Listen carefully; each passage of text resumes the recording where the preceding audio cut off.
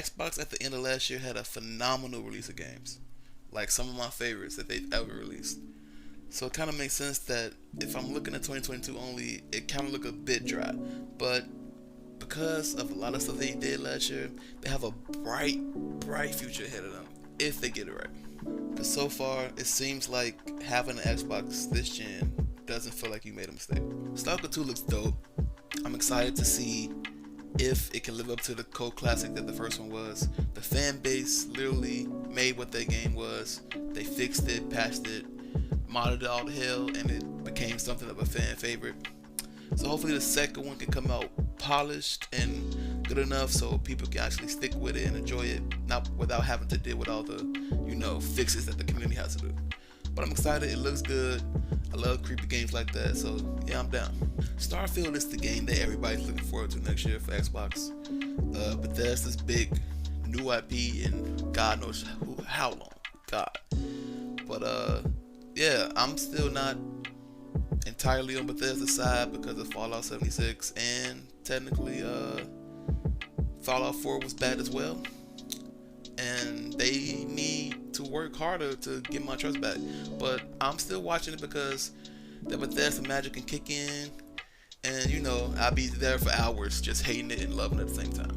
I just need Microsoft to help them with polishing that fucking game before it comes out, because if it comes out a buggy fucking mess like every other Bethesda game in-house team does, oh my god. Redfall looks I'm not gonna lie, I love Arcane Studios though. I love all they've done in the past last decade.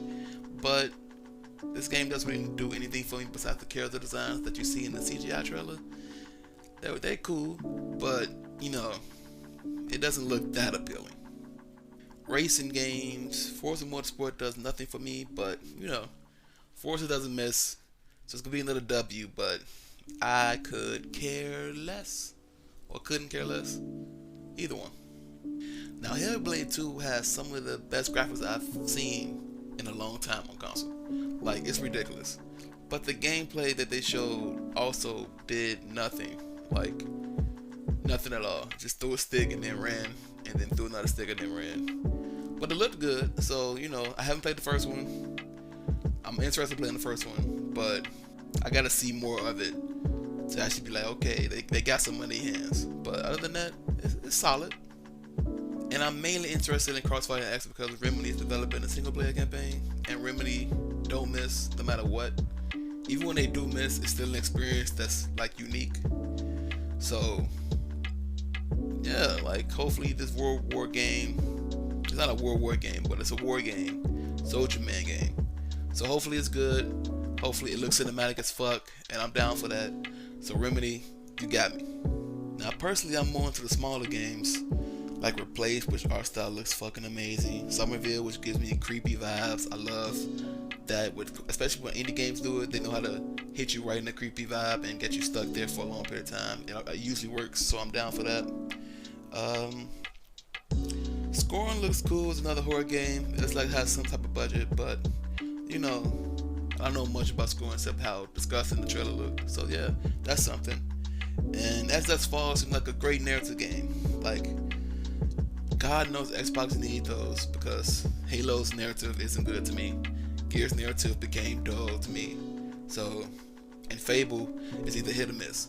So, more narrative games, that's all I really want from Xbox team, from Xbox exclusives at this point. And they just need to really just keep doing what they're doing with Xbox Game Pass. Like, it's the best thing in gaming, like, in years, decades. Like, it's such a deal for consumers. It's priced really, really well, and there's games that you actually want to play on it day one. Like, I play Halo on there, even though Halo has some problems for me. I really, really fucked with it. So just keep doing that, and man, that's on the path to just greatness, like to being an icon in the industry. So hopefully, just keep doing what they're doing. And beyond, with Elder Scrolls 6 coming out, Avowed, Outer Worlds 2, Fable 4 or Fable whatever, State of Decay 3, the new Perfect Dark, and Indiana Jones, man, it's just a lot of stuff Xbox that you wouldn't have thought like 5 years ago that Xbox actually had games, because it was a disaster. But I'm so happy to see this because PlayStation needs competition. PlayStation needs competition. They get so high on their high horse and just decide to do fuck shit all the fucking time. So competition breeds excellence, and with both sides doing well, PlayStation's gonna try their best to do well, and they're gonna fight. It's gonna be a fight this time, not just a fucking one-man show, a fucking landslide victory for PlayStation, because this time Xbox is not going. So when Xbox does well, the game industry does well, and everybody wins. So I'm excited, and let's go Xbox. Let's get these games up finally for once. Not Halo, Gears, and Forza all the fucking time. We finally have games. Jesus.